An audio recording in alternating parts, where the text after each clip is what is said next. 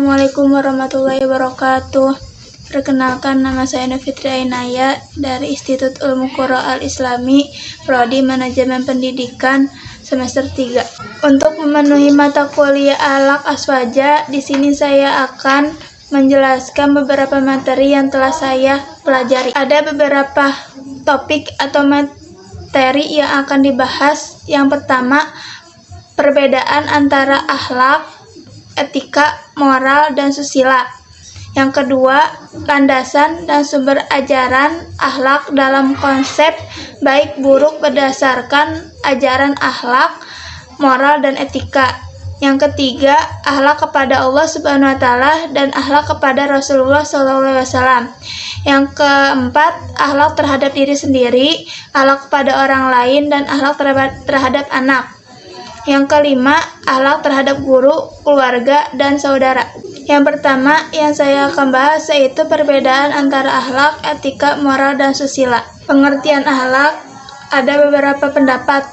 Yang pertama, menurut Ibnu Miskawi, yang dimaksud dengan akhlak adalah keadaan jiwa seseorang yang mendorongkan untuk melakukan perbuatan-perbuatan tanpa melalui pertimbangan atau pikiran terlebih dahulu. Menurut Imam Al-Ghazali, bahwasanya akhlak merupakan suatu sifat yang tertanam dalam jiwa yang daripadanya timbul perbuatan-perbuatan dengan mudah, dengan tidak melakukan pertimbangan pikiran terlebih dahulu. Yang terakhir, menurut Prof. Dr. Ahmad Yamin, pengertian akhlak adalah dibiasakan. Arti kehendak itu bila membiasakan sesuatu, kebiasaan itu dinamakan akhlak. Bisa disimpulkan dalam Kamus Besar Bahasa Indonesia, akhlak diartikan sebagai budi pekerti, watak, dan tabiat. Yang kedua yaitu pengertian etika. Etika lebih merupakan ilmu pengetahuan yang berhubungan dengan upaya menentukan perbuatan yang dilakukan manusia untuk dikatakan baik atau buruknya. Bisa disebut juga etika adalah aturan atau pola tingkah laku yang dihasilkan oleh akal manusia. Contohnya seperti mengucapkan salam saat bertemu ke rumah orang lain, cium tangan kedua orang tua ketika akan beraktivitas, dan membuang sampah pada tempatnya. Yang ketiga yaitu pengertian moral adalah tindakan manusia yang sesuai dengan ide-ide yang diterima umum, yaitu berkaitan dengan makna yang baik dan wajar. Adapun moral menurut istilah merupakan istilah untuk menentukan batas-batas dari sifat, perangaian, kehendak, pendapat, dan layak dapat dikatakan benar atau salah, baik dan buruknya. Adapun yang menjadi acuan moral yaitu sistem nilai yang hidup dan diberlakukan dalam masyarakat. Yang keempat yaitu susila. Kata susila selanjutnya digunakan untuk arti sebagai aturan hidup yang baik. Orang yang berlaku baik dinamakan susila, sedangkan orang yang berlaku buruk dinamakan asusila. Dengan demikian, pengertian kesusilaan lebih mengacu pada upaya pembimbingan, memandu, mengarahkan, membiasakan, dan memasyarakatkan hidup yang berlaku dalam masyarakat. Kesusilaan menggambarkan keadaan di mana seseorang selalu menerapkan nilai-nilai dipandang baik. Jadi bisa disimpulkan perbedaan antara akhlak, etika, moral, dan susila. Etika lebih banyak bersifat teoretis, memandang tingkah laku manusia secara umum. Moral dan susila lebih banyak bersifat reaktif, lokal, dan individual. Adapun akhlak yaitu ukuran yang digunakan untuk menentukan baik atau buruk itu dalam Al-Quran dan hadis. Materi selanjutnya yaitu landasan dan sumber ajaran akhlak dalam Islam. Konsep baik atau buruknya berdasarkan ajaran akhlak, moral, dan etika. Pertama yaitu landasan dan sumber ajaran akhlak dalam Islam. Yang dimaksud dengan sumber ajaran akhlak dalam Islam adalah menjadi ukuran baik dan buruk atau mulia dan tercela. Sebagaimana keseluruhan ajaran Islam dasar sumber akhlak adalah Al-Quran dan Sunnah. Berfirman dalam Al-Quran yang berbunyi wa innalakala ajran ghairu mamnun, yang artinya sesungguhnya bagi kamu benar-benar pahala yang besar yang tidak putus-putusnya, dan sesungguhnya kamu Nabi Muhammad benar-benar perbudi pekerti yang agung. Ayat di atas menginformasikan kepada umat manusia bahwa Nabi Muhammad SAW memiliki pahala dan kebajikan yang tidak pernah keputusnya, dan Muhammad SAW itu benar-benar memiliki akhlak yang paling agung. Karena itulah Nabi Muhammad SAW dijadikan sumber sebagai uswah. Kedua yaitu konsep baik dan buruk dalam ajaran akhlak, etika, dan moral. Diri manusia ada dua potensi, ada potensi baik dan potensi buruk, ada akhlak baik dan ada akhlak buruk. Definisi akhlak yang termaktub dalam kitab Ihya Ulumuddin karangan Imam Al-Ghazali jelaskan bahwasanya akhlak itu adalah suatu sifat yang tertanam dalam jiwa seseorang. Standar yang baik dan buruk adalah dalam Al-Quran dan hadis. Di mana ada konsep agama, maka disitulah ada standar baik dan buruknya. Dalam belajar itu ada fardu ain dan fardu kifayah.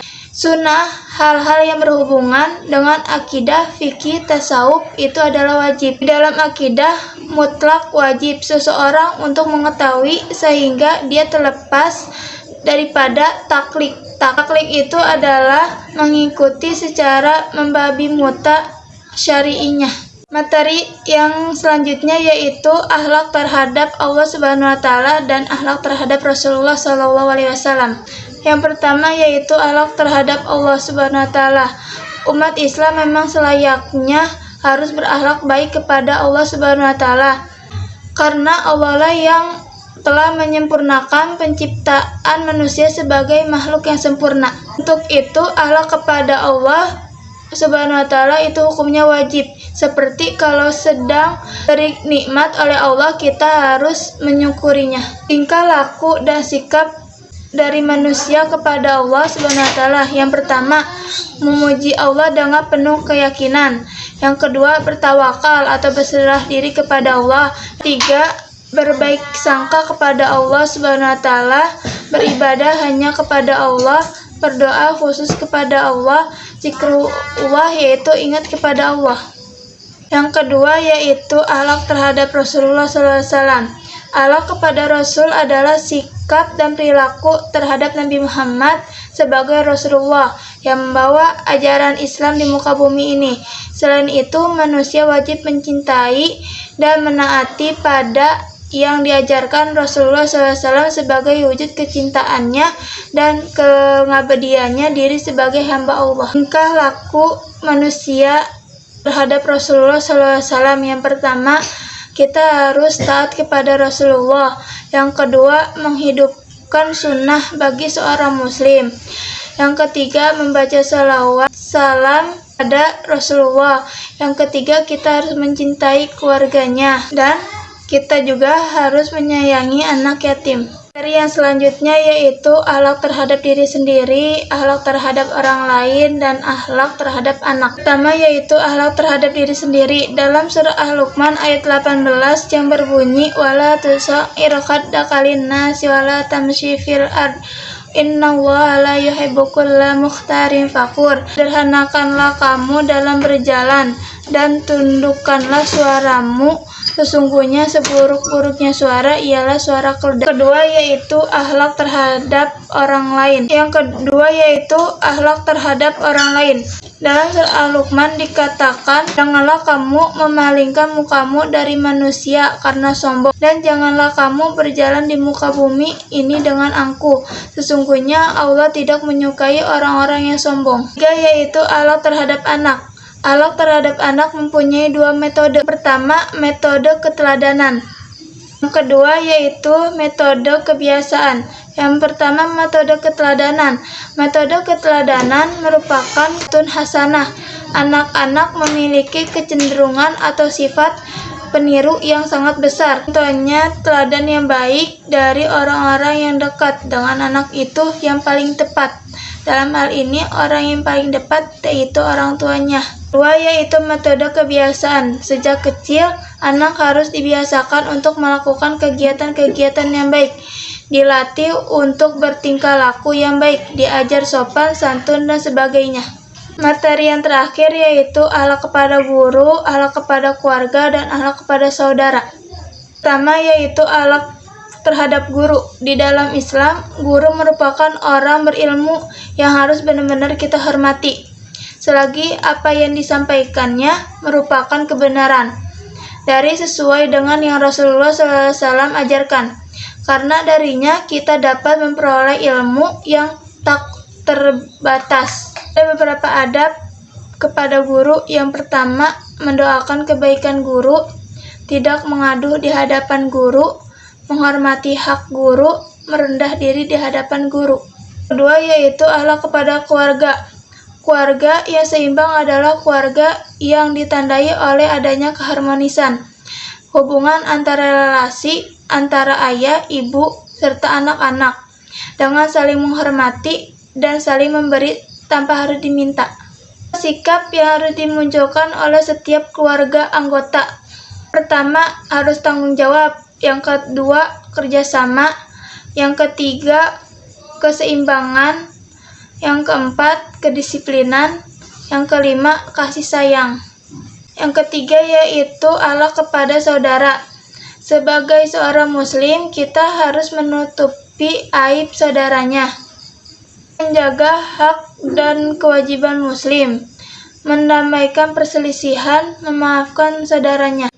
Jadi saya tarik kesimpulannya, akhlak adalah suatu sifat yang tertanam dalam diri manusia dan bisa menilai baik atau buruknya. Jadi kita sebagai manusia harus mempunyai etika, moral, dan susila. Mungkin hanya ini yang dapat saya sampaikan, kurang lebihnya saya mohon maaf. Billahi taufiq wal hidayah. Wassalamualaikum warahmatullahi wabarakatuh.